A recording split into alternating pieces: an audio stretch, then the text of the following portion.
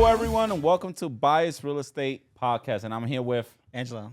and I'm Alex Bias. And we're excited, guys. It's the end of the year, Angela. Exactly. Holiday season came around. Our last podcast of the year. Yeah. And our first year of the business. Yeah. Basically. Yeah. So we actually made a year with our company. We went on our own. Business has been great. We helped a lot of families. And our goal is to help out more families buy or sell real estate. We specialize in buying on commercial and residential sales. So anyone that has questions out there, please don't hesitate. What do you think about the first year, Angela? I think the first year, we definitely had a lot that we needed to do, right? And I thought it was going to be a lot slower in terms of business, but it's actually been ramping up a lot. Yeah, it actually been busy. And first God, right? Business been picking up. Me, you, Chris, been very busy. Heidi, our preferred lender, she's been assisting us with getting the financing for these buyers. As you guys know, it's a one-shop deal. Heidi's our preferred lender. She assists us on getting our buyers pre-approved and helping them out with the best financing, best closing costs, plus interest rates as well. Yeah. And the fact that we have her right at arm's reach all the time, it's like such a blessing because sometimes like you won't be able to like get in contact with the lenders and stuff. And you'll be like, what's going on with this file, right? Yeah, like most lenders don't work weekends, right? Yeah. Heidi's 7 days. You know, she's always available. If you have any questions on mortgages related, Heidi is your go-to. Yeah, she'll make the time. Yeah, and the good news is that rates are dropping. Rates are dropping. Yeah, look at that. I mean, a lot of people are going to be looking to basically start looking for homes now that they're a lot lower. And it's going to be interesting to see what's going to happen with the prices with homes.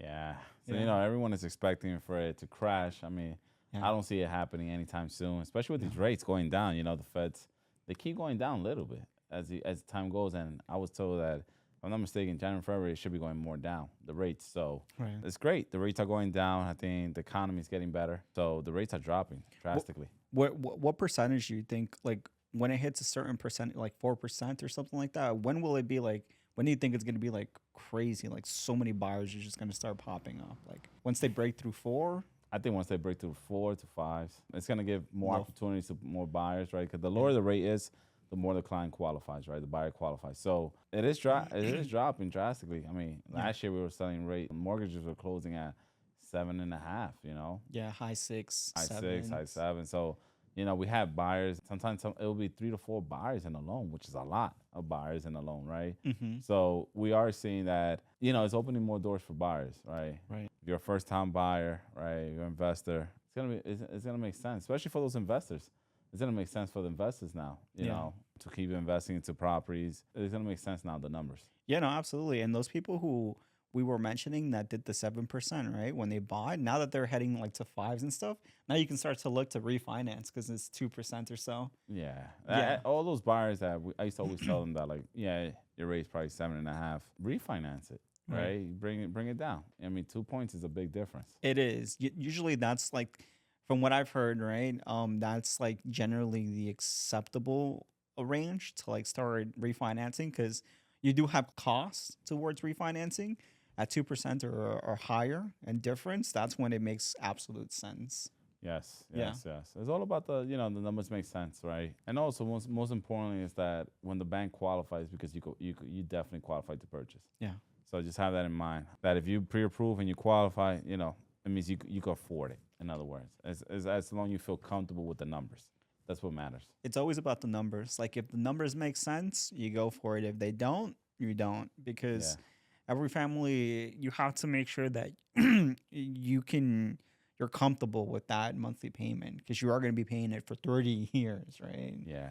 Yeah. So I want to bring a topic up that I think a lot of people don't talk about: underground oil tanks. We've been listing properties recently that have underground oil tanks, and it brings a lot of concerns for buyers, right?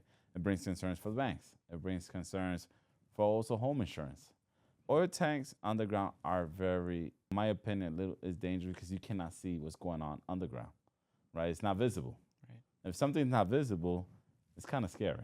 Yeah. Right? Because you don't know what's going on. What's your opinion on underground oil tanks, Andrew? I think oil tanks in general, right? I didn't think too much of it until we started getting offers for certain homes that we had where it was basically like banks were saying that they weren't going to be able to approve the home because they had an underground oil tank. That was the first time I ever heard of that. And I was like, oh, wow, I guess, yeah, Yeah, that's a especially thing. FHA. Yeah, but it depends on the lender, right? Because some of them will still do it, right? So to all those homeowners and buyers out there that are purchasing a property with underground oil tank, you have to verify with the lender. You have to Hmm. verify that it won't be no issue to get the loan approved, Right. right? Because when the appraiser comes, right, and they see that it's underground, they have to note that it's an underground oil tank. You have to verify with the lender, right, that you will be approved with an underground oil tank, right?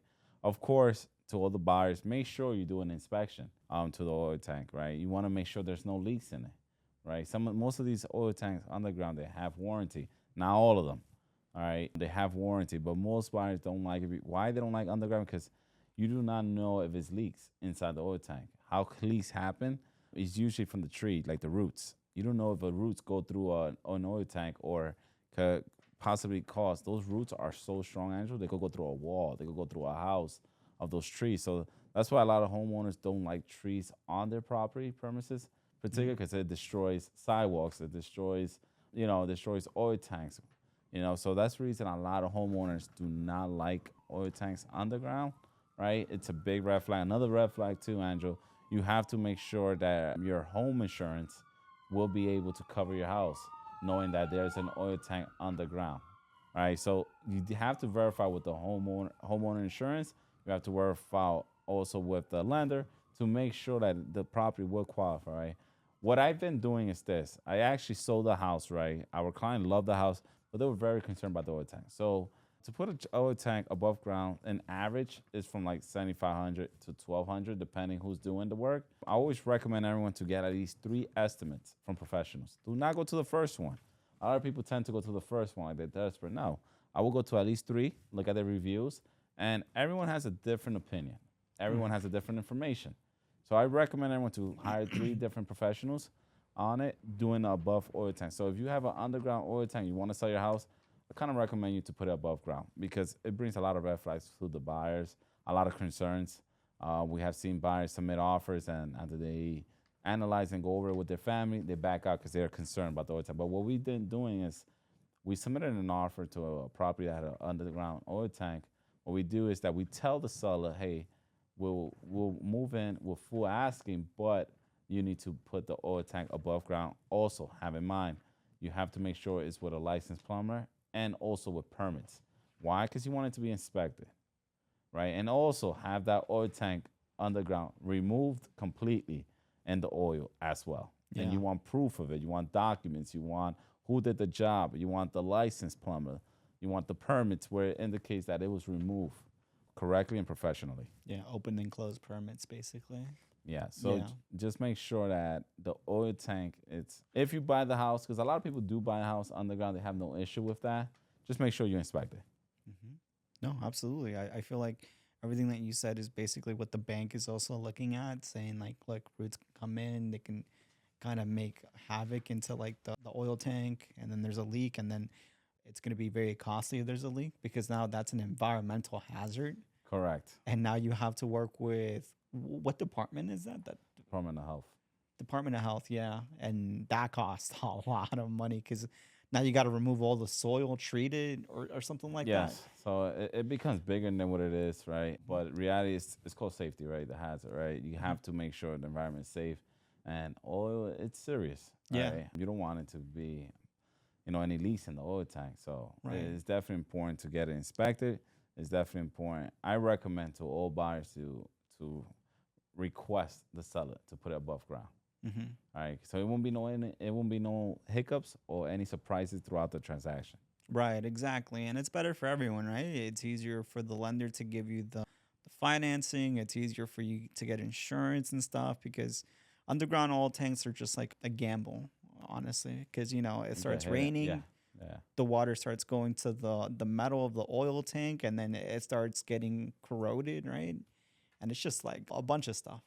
It's better to have it visible, so have it in your basement, I would Yeah. say. Also, one thing I would do, like, because some people use the oil tank for heating and also for the hot water. Just use the oil tank for heating. Don't use it for the hot water. Why? Because then you don't have to use the oil tank all year round. You will only use it for the winter, which is the 3 months, right? You would save more money than it's better to have an electric hot water tank than having it through oil. Then you would have to be filling up your oil tank all year round. So most people don't want to deal with the truck coming to their property. It's best to just have it those 3 months. So convert your hot water to electric hot water. Exactly. If you convert your electric to hot water, you can remove gas and oil as well. You can remove like the boiler and just put mini split units everywhere. Yeah, it's so many options. So Yeah. how can you save money, time, and it's more convenience, I would say. Yeah. I like to do things like what's convenient. Exactly. Like what's the most convenient? I think that's why a lot of people are going into mini split units. Sometimes people say it looks ugly. We have one up here. I don't know. Well, the camera won't pick it up, but we do have one and it's very good. Very convenient. Yes. Very good, very sufficient. But I have another thing I wanted to talk about, Angela, Yeah. about Connecticut. Con Edison. To all my homeowners out there, right? Especially when you're selling your house, right? Tend to turn off utilities. For instance, the electric and the gas. What's your thoughts on that? I think that they do that because they want to save money, right? Mm-hmm. Even though they're not really using it, since they probably turn off all the lights and stuff before they kind of like leave the premises. But sometimes I believe Con Edison might lock the thing. I So forget. it's a big red flag, right? I recommend to all homeowners not to turn off the utilities, right? Especially on your contract of sale. Most standard contract of sale, because they're all different depending on the attorney. Most standard contracts of sales, the language of utilities being on prior to closing, right? Why they do that is because of this. Because, for instance, if you have your electric and gas, yeah, you want to save money, but in the long run, it's affecting the buyer. How? Right? Let's say, for instance, the big one is gas, right? If you have it shut off, right, for a long time, it could be 3, 6 months. Connecticut will come and put a lock on the gas meter outside of your property, and the buyer won't be able to turn on the gas. What happens is that the buyer now will have to hire a licensed plumber to come and turn and basically file permits to turn on back the gas meter on, right? That will cost a buyer easy $5,000 to $10,000 on this. So what I recommend to all buyers before you purchase your property, yeah, of course you have to do a walkthrough, right? You have to go make sure the utilities are on. But if it's not on, always call Connecticut. You could call Connecticut, give them the address, and they will give you the information. And the only information they will provide is if the electric and gas is on, Hmm. right? It goes vice versa also with the electric. If you shut off the electric, right, they come and put a lock on the electric meter outside, and then you have to hire an electrician to go and start the process of turning it back.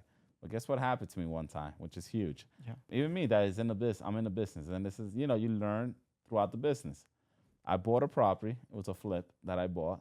It was in the Bronx. I had the electric meter, right? The gas meter was there, but there was no gas in that property. So what I decided to do was, you know what? I'm gonna do the entire house electric, hot water electric, heating electric. So I was all right. We could just do everything electric because the process of turning a gas line, it could be 6 months to a year. It's a long process, which everyone hates the process of turning a gas meter on, right? So what I did was that I was like, all right, let me call Connecticut, let me turn on my light on under my name, right? Everything should be running. So guess what? When I'm in the process of doing that, Connecticut's like, hey, you do not have a meter in the property. And I was like, no, I do. I'm looking at the meter right now. He's like, no. That's weird. You're not supposed to have a meter. And this house haven't had a meter for over a year. Apparently, the previous owner, I don't know how he did this. He was stealing light from the city. Oh So my Connecticut was coming to me, wanted to find me and all this. And then what saved me was, you got to have your facts. I just got the deed. The deed was just recorded, and it just showed that I just became the owner. So the previous owner was stealing light from the city God. to the property, and Connecticut came instantly, removed the meter, removed how they were stealing the light, and I had to file permits, file the whole process with an electrician. It cost me, I think if I'm not mistaken, $12,000 to get the electric back in there, have the meter installed by a professional, have an electrician come and do all the wiring inside the property. It cost me additional $12,000 to do Wow. it. So guys, when you're buying a property, make sure you call Connecticut just to verify that everything's running right, which is the electric and the gas. Make sure you call Connecticut. Of course, do your walkthrough, make sure it turns on and off. But If you want to have a safe route, call Connecticut just to make sure that everything in that household, utilities, because it don't have to be really Connecticut. What's the other ones? It's Natural. Nationals. Oh, I think National Grid. Oh, National Grid. Yeah. And of course, in Westchester County, they have different ones. So just make sure you call utilities prior purchasing your property. Yes, do the walkthrough, but just call to confirm that the utilities are good and everything's running right inside the house. They were stealing light. I can't believe And that. I bought the house. They didn't know, but guess what? Once you buy the house, guys, this is the biggest thing. It's your problem. It's your responsibility, and it's on you. It's a new owner, a new deed. Everything falls into you. Yes, you could come and try to sue and go that route, but by the time you sue, you have everything solved. Right. Wait, wouldn't this have been something? Oh no, I was gonna say, wouldn't title be liable for this? But No, there wouldn't. title have nothing to do with the utilities. Gotcha. The only thing you could be a little bit liable is that the seller signs a contract saying that utilities will be on. Second thing is the property disclosure form. It asks what utilities that is under, and it asks, like I think that's all it asks. But the most you could probably get is the contract of sale. But why put yourself through that situation when Yeah. you could use this as a fact that just call the utility. It happens all the time. Right. I have sellers that they turn it off all the time, and that's the first rule I give them when I see the house is vacant. Do not turn it on. I know you want to save money. Do not turn it off because it's gonna cost you. Because if a buyer finds out, now you have to come and hire a plumber and electrician to have it on, and they could cost you $5,000 to $15,000. Yeah. Right. So yeah, It's gonna cost you a lot more in the end than what you're trying to save. yeah. Yeah. And I think the biggest point of today, Angelo, what is it? COPA. COPA Real Estate. Yeah. Community Opportunity to Purchase Act. This is huge, guys, for all those investors out there. This is huge. Mm-hmm. The Community Opportunity to Purchase Act. What is it, Angelo? It gives nonprofits first chance to buy certain multifamily buildings. The goal is to preserve affordable housing. Applies mostly to 4+ unit buildings, so meaning, four apartments or more. And the nonprofits must pay market value. Supporters say it protects tenants. Critics say it slows transactions. And COPA is changing the process, not ownership rights. So interesting. This is going to be an interesting topic on COPA. I mean, for tenants, it's going to be good, right? Because now the city is going to try to have the first hand to purchase the property. And also the city and the nonprofits, they're going to have first hand, Right. basically first dip, right, to purchase, right? If they do not want it, then it goes to the public. What happens is that it's going to delay closings. It's going to delay sales for commercials. Yeah, it's going to delay because you can't even put it on the market until like 180 or 120 days. You got to announce it to the HPD.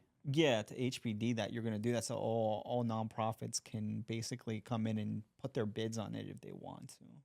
And then once that 120 or 180 day grace period is over, then you can publicly post it.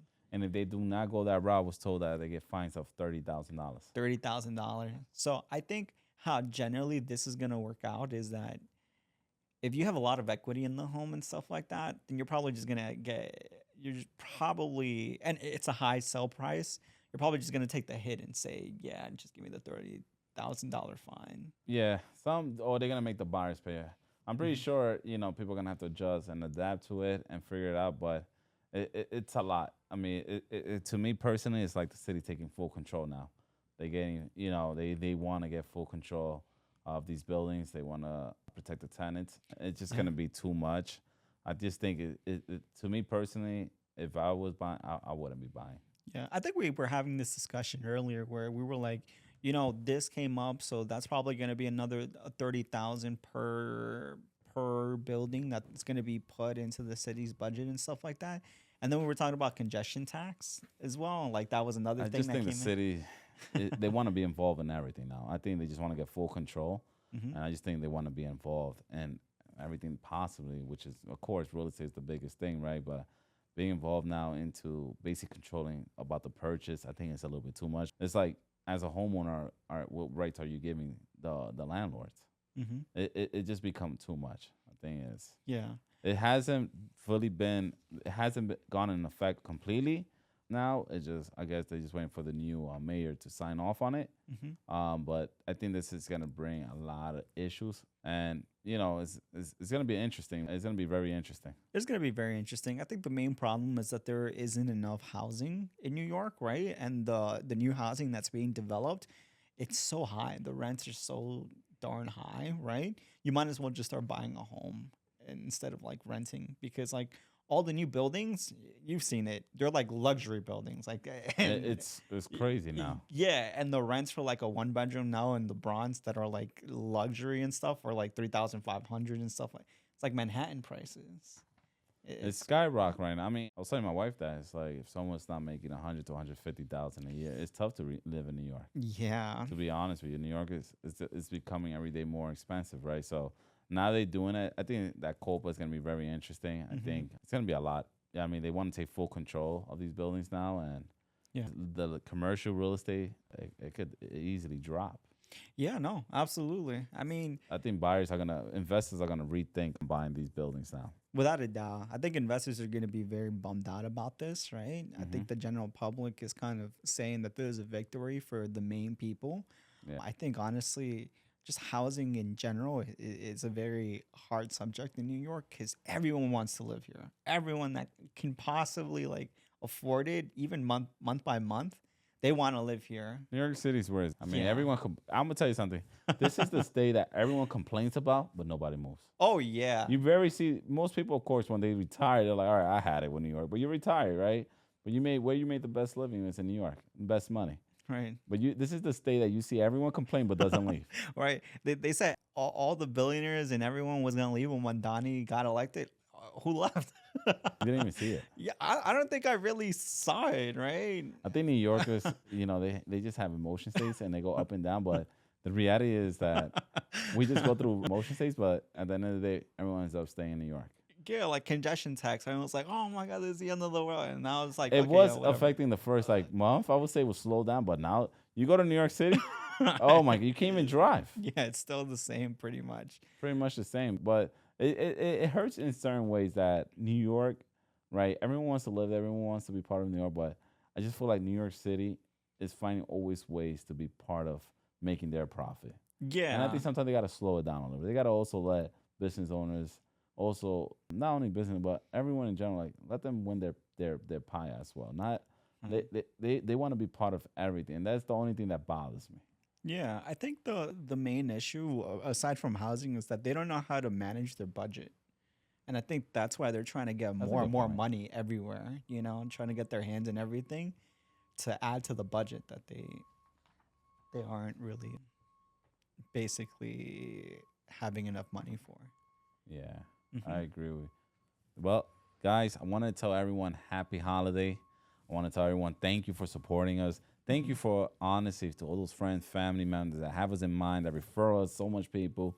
We really deeply appreciate you guys. We want to wish you guys the best holiday. We want to wish you a happy new year. And we just want to wish you the best. I know times it's sometimes hard, and we want 2026 to be all about love and peace for everyone. And honestly, I hope everyone achieves their goals and dreams in 2026 and be closer to your family. Absolutely. You can do whatever you want. You just got to put your mind into it, and hopefully 2026 is the day your dreams come true. I think 2026, I'm looking forward to it. Mhm. I'm excited. Yeah, I'm excited to enjoy it with my kids and my family and Yeah. my team. I feel like 2026 is going to be a great year for all of us, for everyone, and just keep it positive. I think we need to find ways how to better ourselves, how to be a better person. I was just telling you earlier about what I want to do as a person, as a personal goal. But I think we should always look to find peace. We should always look to just, get along. Yeah, exactly. Life's too short to be like all like bitter about other people and stuff like that. Yeah, it's not worth it. It's just find ways to be happy. Whatever makes you happy, and just be happy. But I think more than anything, we need to be grateful. Yeah. I think, we all need to work on how to be more grateful in life. So, guys, just want to wish everyone a happy new year and many blessings to everyone. Yeah, guys. If you have any questions, leave them down below. Thank you, guys. Take care. Bye, guys. Bye, guys.